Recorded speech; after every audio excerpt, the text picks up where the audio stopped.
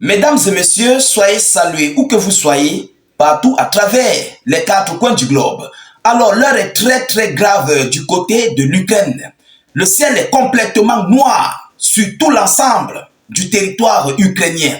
Il s'agit de la Fédération de Russie qui vient de lancer une nouvelle opération massive, mais du jamais vu depuis plus de 3 mois maintenant, selon les informations officielles. Les Ukrainiens disent qu'ils n'ont jamais vu ce genre d'opération que la Russie vient de mener sur l'ensemble de leur territoire, jusqu'à la capitale ukrainienne Kiev. Alors, selon les informations, il s'agit d'une attaque qui a mis au moins 5 heures de temps. Une attaque répétée qui a mis environ 5 heures. 5 heures de temps. On est en train de frapper, imaginez-vous, avec tout type de série de missiles confondus. Je vais entrer tout à l'heure sur la liste des qualités, des types de missiles qui ont été utilisés sur, sur cette opération russe. Mais il faut le dire, l'heure est grave. Oui, selon les informations, on nous annonce que c'est 120 missiles. 120 missiles, tout type confondus, avec 90 drones. 90 drones confondus, donc mélangés avec ceux de l'Iran et pour les Russes. Tout genre de drones confondus. Au total, 90 drones et 120 missiles qui ont frappé plusieurs territoires. Permettez-moi d'entrer dans les informations officielles, ce qu'ils nous disent. Alors, selon les informations de la Russie, ils disent que la Russie a frappé des installations de production d'énergie, des raffineries, des bases de stockage de carburant, des aérodromes et des entrepôts d'armes étrangers. Une partie de l'Ukraine est privée d'électricité et il y a aussi des arrivées sur des aérodromes. Chers dames, chers messieurs, selon les informations, les autorités locales signalent l'alarme a duré 5 heures. 5 heures de temps. La sirène est en train de siffler pendant 5 heures de temps pour ces frappes. Vous comprenez?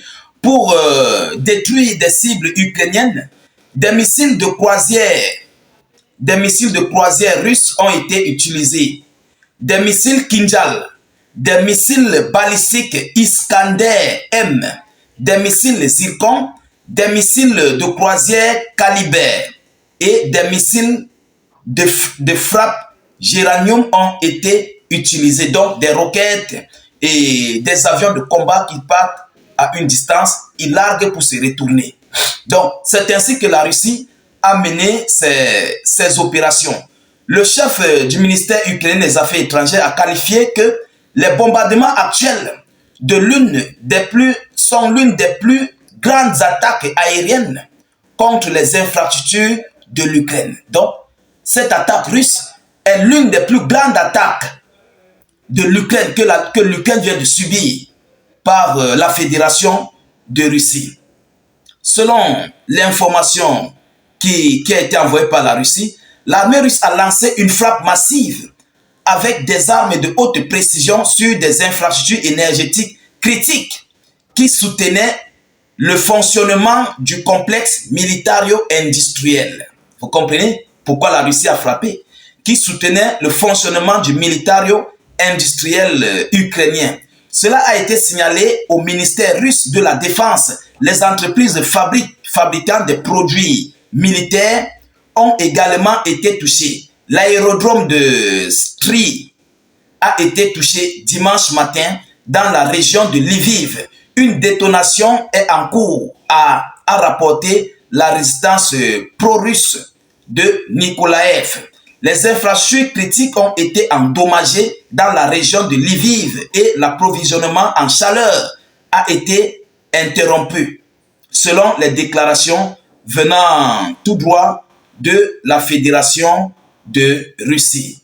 Alors, qu'est-ce qu'ils nous disent encore de plus? Donc, il y a eu des frappes massives qui sont arrivées. La Russie a ciblé les frappes au niveau de Kramatorsk, de Kiev, de Pavlograd, de Nizhyn, région de Tchernihiv, à Dnipropetrovsk, Krivoy Rog, Chernomysk, à Odessa, région d'Odessa et Ilichet.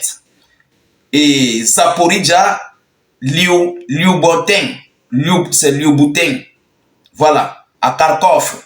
Donc voilà un peu ce que la Russie a fait aujourd'hui. Et selon les informations, il y a eu plusieurs destructions de matériel militaire du côté de l'Ukraine, plus précisément des camps militaires, des sociétés, des entrepôts et aussi des multiples repos éternels. Oui, on ne connaît pas encore le chiffre exact des différents repos éternels que cette attaque russe a causé. Mais selon les informations, il y a des multiples repos éternels. Oui, parce que ça a été une attaque hautement surprise. Vous comprenez? Donc, selon ce que la Russie et les Ukrainiens eux-mêmes affirment, ils affirment que ce que la Russie a fait aujourd'hui, c'est du jamais vu depuis plus de 3 mois et c'est classé parmi les attaques les plus puissantes meurtrières sur l'ensemble du territoire ukrainien. Donc, vous-même, vous pouvez comprendre à quel degré cette attaque russe a été très forte et puissante. Vous comprenez? Donc, à l'heure où je vous parle, les Ukrainiens sont encore en train de faire des fouilles pour voir ce qui ne va pas, les décombres et tout ça, pour essayer d'estimer. Parce que pour eux, ils font des estimations de nombre des repos éternels. Alors, chers dames, chers messieurs, vous savez, depuis plus d'une semaine maintenant, l'Ukraine a reçu un stock massif. Ah oui, il faut le dire. L'Ukraine a reçu un stock massif. Lorsque vous voyez la Russie mener une telle opération de grande envergure, ce qui veut dire qu'ils ont déjà ciblé des localités où il y a des dépôts pour détruire des systèmes anti-aériens, il y a des dépôts de munitions, des armes et tout ce qui s'ensuit. Et c'est pourquoi la Russie lance ce genre d'opération sur l'ensemble du territoire, jusqu'à Odessa, tout proche de la Russie. Donc, on essaie de voir que la situation actuelle du côté de l'Ukraine vient de reconnaître une autre grosse crise. Oui, l'Ukraine vient de reconnaître une autre grosse crise. Pendant que l'Allemagne, le chancelier Olaf Scholz, est en train d'embrouiller la Russie dans les négociations. Vous savez, c'est leur rôle. Hein? C'est leur rôle. Ils embrouillent la Russie, pendant ce temps, ils transfèrent du matériel. Et ils frappent. Vous comprenez? J'ai toujours dit, faisons très attention avec ce monsieur de Olaf Scholz. Il joue un jeu majeur dans ce conflit. Olaf Scholz que vous voyez. Il joue un très grand jeu majeur dans ce conflit russo-ukrainien. Lorsque vous voyez Olaf Scholz demander des négociations, sachez-le que l'Ukraine est en train de recevoir du matériel ou bien l'Ukraine va frapper. C'est comme ça. Alors aujourd'hui, c'est leur jour. Ça a été leur jour et il y a beaucoup de dégâts. Donc, les Ukrainiens ont passé environ presque 6 heures à 7 heures dans des bunkers souterrains. Presque 6 à 7 heures de temps dans des bunkers. Vous comprenez?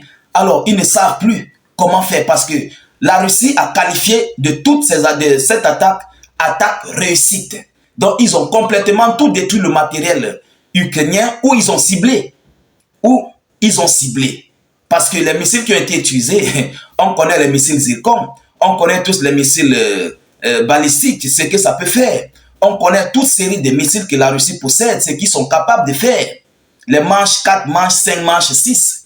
Vous comprenez? Donc nous connaissons un peu à quel niveau la Russie a touché l'Ukraine. Essayez d'imaginer. On nous parle de 120 missiles avec 90 drones. Et ce n'est pas n'importe quel missile, ce sont les missiles de haute capacité, de haute qualité. Les missiles qui dévient les systèmes anti-aériens. Oui, ça dévie complètement les systèmes anti-aériens. C'est ce qui a été utilisé par la Russie. Chers dames, chers messieurs, la situation est très critique du côté de l'Ukraine. Alors, partagez la vidéoconférence au maximum. N'hésitez pas de mettre suffisamment de j'aime et beaucoup de cœur. S'il vous plaît, n'hésitez non plus de cliquer sur le lien de notre chaîne YouTube dans la zone de commentaires. Nous réalisons des vidéoconférences là-bas. YouTube est très fiable. Allez-y vous abonner à notre chaîne YouTube. Dès que vous cliquez sur le lien, ça va s'ouvrir. Ensuite, vous cliquez sur s'abonner et puis vous activez la cloche de notification pour ne plus rater nos prochaines émissions. N'hésitez non plus de laisser vos avis en commentaire. Si vous n'avez rien à écrire, mettez tout simplement salut état d'urgence ou encore faites des cœurs en commentaire. Ou mettez notre slogan qui est vive la paix dans le monde. Nous avons besoin de paix. Alors, nous continuons de suivre cette actualité de près que possible. N'hésitez pas de laisser tout ce que vous pouvez laisser en commentaire, des likes, des j'aime, tout. Ça fait protéger, ça galvanise notre vidéoconférence. Je vous reviens tout à l'heure pour une prochaine série d'actualités. Soyez encore salués une fois de plus. Ciao, ciao.